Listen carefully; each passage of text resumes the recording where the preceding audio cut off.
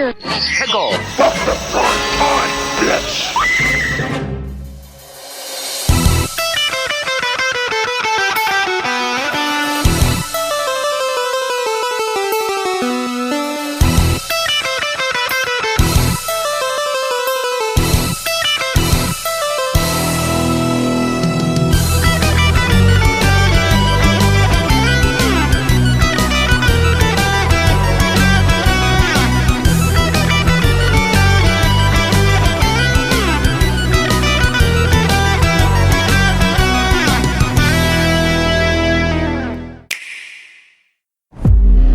July 2054 AD. The Earth was caught in a great battle between unknown alien forces. Our planet was overwhelmed. Only a small handful managed to escape. But our past caught up with us.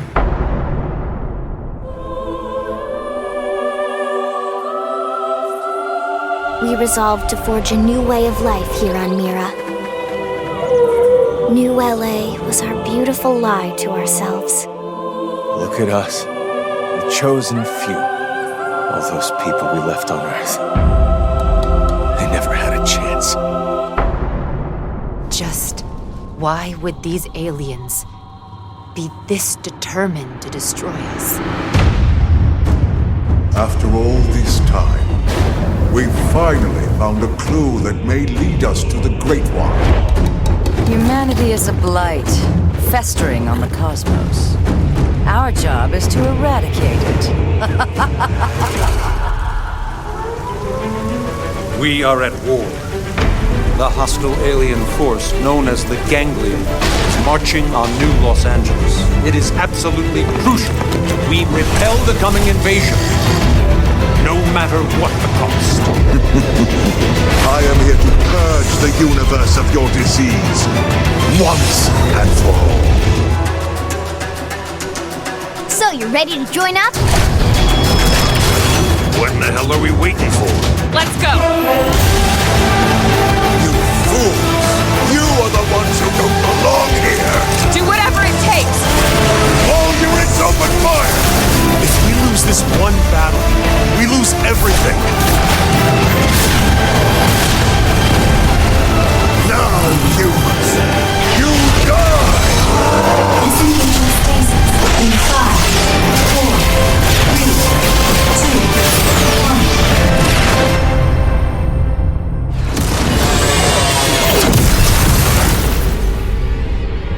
1. What the heck was that? Get ready. Well, this review's been a long time in the making. That's right. Xenoblade Chronicles X, Cross X. I'm going to say X. I haven't heard anybody try to correct me. I know it depends on the game company and the culture, but to me, it's always been Xenoblade Chronicles X. Now, our friends over at Nintendo did send a review code for us to check out. We got it pretty much right at release. So being a longer game, it took a little bit longer to get the review ready for it because we wanted to make sure we did as close to a 100% completion as possible. And I'll give a bit of background on this. The original series, I played Xenogears back when it was, the Squaresoft title this team broke away from, yada, yada, yada. Loved it as a kid. Was super into Xenosaga, especially the first game. Second game was third game was a little better than the second one, but the first one was sort of eye-opening into what a cinematic hard sci-fi experience could be, in an era before HD. And when the original Chronicles came out, I didn't get a chance to play it because there was a limited run on it. I was not a Wii player. There weren't a lot of other RPGs on the Wii. It felt like it had sort of fallen behind, so I didn't get a chance to play it till it was too late. And then Chronicles X came out, and my brother did have it and did play it. He was the one in the house that had the Wii U. I had the PS4. I think I had the PS4 Pro, pretty much at that point. And I had a PS4 Pro and I had an Xbox. He had a PS4. and a Wii U. That's sort of how it was. And he pre-ordered it. He has he might still have it, the special edition box set that came with all the cool stuff from Nintendo. And he loved it. He goes, and I looked at it and I thought, wow, this is not a game that, I ever thought would be able to run on Nintendo hardware. It was sort of like the magic, nearing the end of the life cycle of the console kind of game. And I didn't get a chance to play it. It looked cool. There were some issues I found with the characters looking a little wonky, and we'll mention that got addressed in this definitive edition here. But I didn't get a chance to play it, and then I got the Nintendo Switch, and when I saw the trailer for Xenoblade Chronicles 2, I was blown away. Ended up playing it, loved it, had frame rate issues, had a few little things like that, but absolutely loved the game. And I don't think I didn't play the Torna expansion until later on, but had a great time with it, loved the sci-fi aspect of it. Then saw that there was going to be the remastering of the original game, and I thought, oh, well, that'll be cool. I can finally play that. Found out how they're, sort of, minor spoiler, they are tied together a little bit in high science concepts at the end of the game. And I thought, oh, this is great. And I loved that, they had done enough to sort of enhance it, make it better, more streamlined experience, really good time. And then, of course, the third game comes out, and it's one of my favorite, probably one of my top 10 RPGs of all time as of this recording. Absolutely loved it. So I was always on the back of my head and tip of my tongue, like, are they going to bring out X? Are they going to find a way to port it? And I thought, and I think a lot of people thought, that it was an impossible port that would only work if it was ported to the next Switch, the Switch 2, whatever it was going to be. And lo and behold, it gets announced for the Switch 1. And I went, yes, let's check this out. When I got the opportunity to review it, I did. I made sure I jumped on it. And I'll be honest, I had mixed results initially, and I had to sort of sit on my review for a couple of days to let my brain sort of process everything I saw, because it is, in some aspects, a regression, because it is an older game. But then at the same time, I felt like I had more fun with Chronicles, the first one. And I think it's up to a fundamental design concept that is a little different in this game. And I will say this, brass tacks, if you want the basics, yes, this is a very fun game. Yes, I do recommend it to people. Is it something I would recommend to most of the Xenoblade Chronicles fans as like something they should dive into right away? I don't know if it's something that I would say. I wouldn't say necessarily play the games, in chronological order of when they came out. Nor would I say that this is necessarily the best game to jump into as the first-time player. But maybe it is. Maybe this is the one you should start with, because it isn't directly, as much attached in aesthetics or feel or anything to the rest of the games. And it can be sort of a gateway into it, because there are some fundamental differences. I will start with that here. When it comes to gameplay, the other games in the series have a little bit of MMO tendencies when it comes to the battle system, but once you get into it, it slowly, over the course of several hours, maybe even sometimes a dozen hours or more, will introduce new features to you that then make the battle systems feel more fluid and feel more like you're in control, and a little less like you're bound to like cooldown times and very MMO aspects. And you end up having like a cohesive narrative single-player campaign that takes you all over the world, as well as finding little story beats here and there that push the narrative and give a unique sense that most missions have a unique feel and to them and what you're doing and progression. That's not the case here. This is very much an MMO that was made into a single-player game, if that makes any sense. You have a central town hub. Almost all of the side missions are fetch quests. You're picking up things. You're going and putting, conquering areas to reveal things. A little bit like the Ubisoft map aspect where you're conquering the map. But the vast, vast, vast majority of the missions are just fetch quests. Go out there, kill X amount of monsters, Go out there, run around the field, pick up items off the ground, run back. That's basically 90% of the game. And that kind of shocked me a little bit because that is not something I was expecting.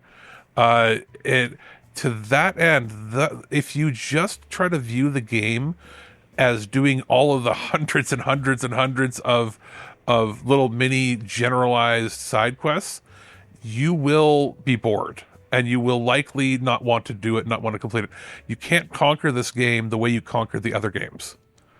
You do those to give yourself enough resources to upgrade your character a little bit and then move on. The main mission and main character quests that are tied into giving you extra abilities and as well as some loyalty with some of the characters to give them some fleshed out storylines are more essential. And there are, level limitations where they want you to be a certain level. They want you to have a certain amount of affinity with certain characters before you can continue on missions. That part of it can feel a little tedious.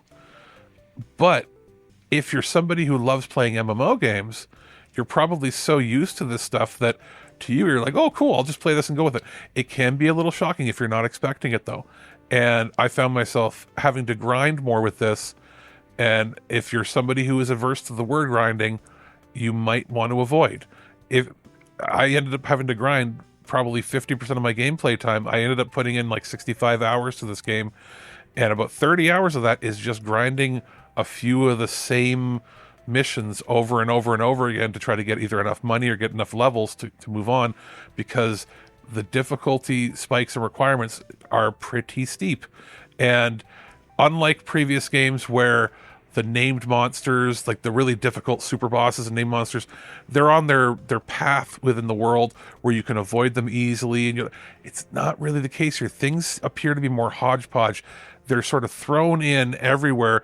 It's hard to avoid fighting enemies way higher level than you, like at all. Like it's just so difficult to avoid things here that you're constantly running and just praying that you don't get killed. So there's a lot of beautiful aspects to the world where it's an open world completely. The load times are almost non-existent for the pop-in. It's pretty good. It feels great and immersive for a game that was, more than 10 years old at this point. It's just about 10 years or more. And even then, it already started to feel like that was a little dated for Nintendo at that point. It's sort of just amazing that the game could even exist on a Nintendo platform based on how their architecture was designed initially in the first place. It's still a fun game, very much fun. So you get used to the battle system, you have fun fighting. It is not as deep of a battle system as any of the other games in the franchise. And the biggest drawback to me, if I have one major con, because everything I've said up to this point is basically subjective. It depends on what kind of game you like to play and what your gameplay style is. The story is very bad. I'm surprised I haven't seen a lot of other reviewers mentioning this. Maybe I don't know how far they've gotten when they're reviewing it, but the dialogue might be some of the worst I've played in the game ever.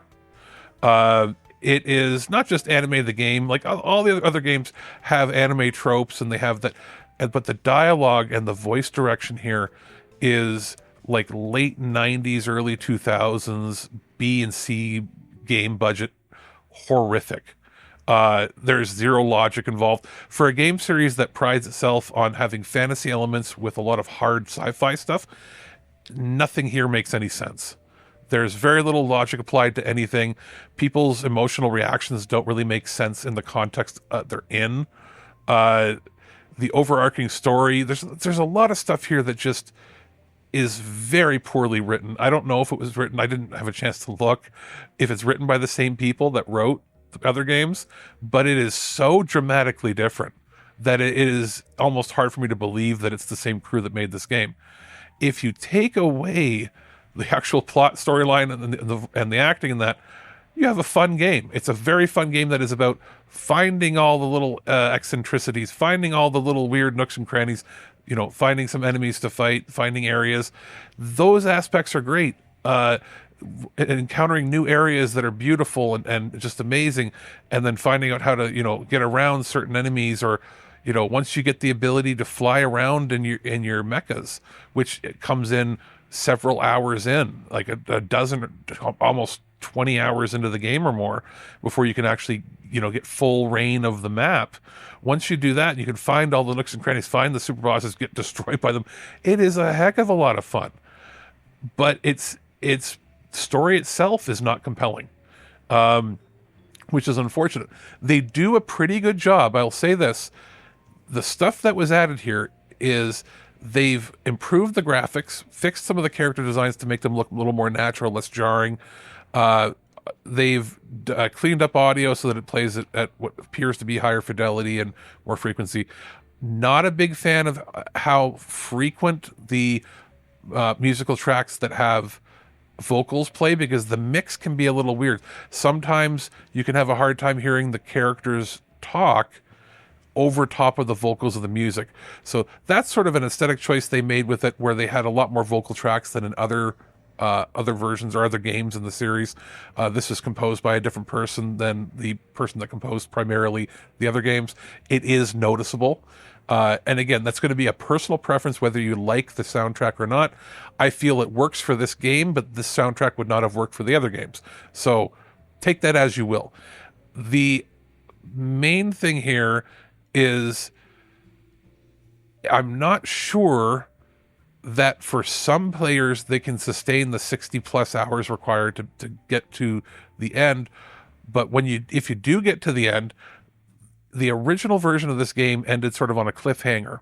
And, no spoilers. I won't spoil any story stuff here, but it ended on a cliffhanger that ultimately didn't ever get resolved.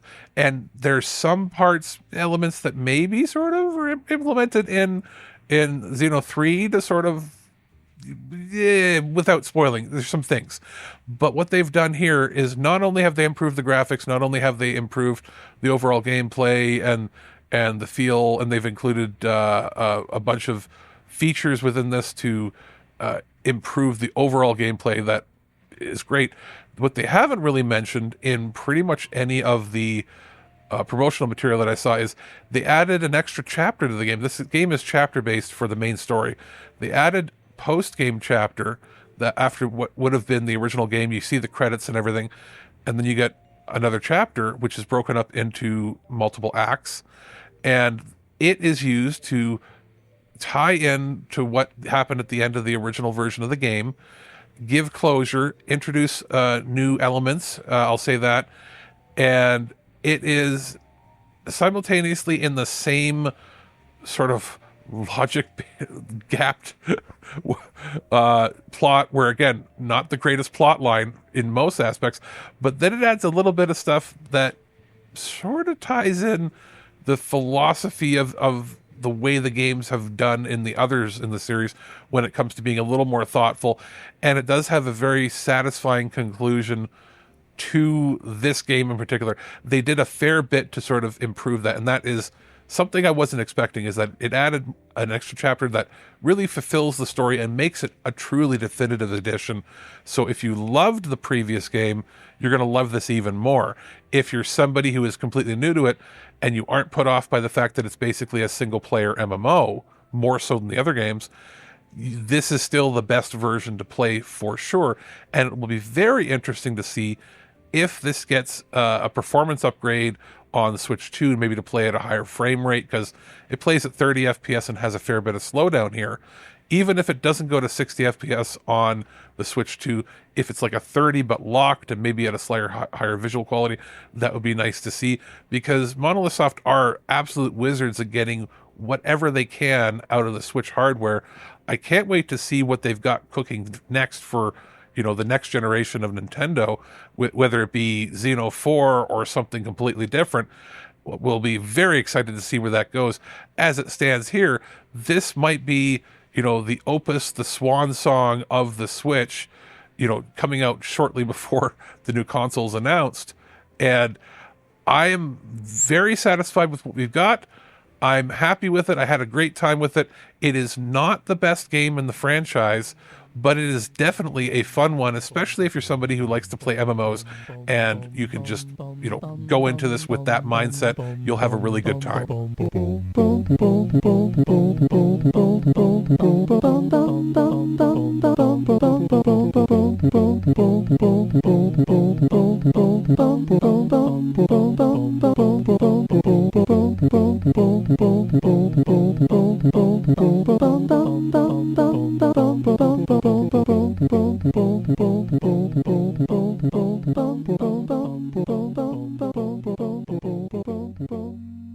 At no point in your rambling, incoherent response were you even close to anything that could be considered a rational thought. Thanks for listening to this episode of This Week in Geek. Hungry for more? Check out our website at thisweekingeek.net. You can subscribe to the podcast, browse our Twitter and Instagram, and leave your thoughts on today's topics. If you'd like to give us some feedback, send us an email at feedback@thisweekingeek.net. Tune in next time, and remember, lower your shields and surrender your listenership. We would be honored if you would join us. Thank you for your cooperation. Good night.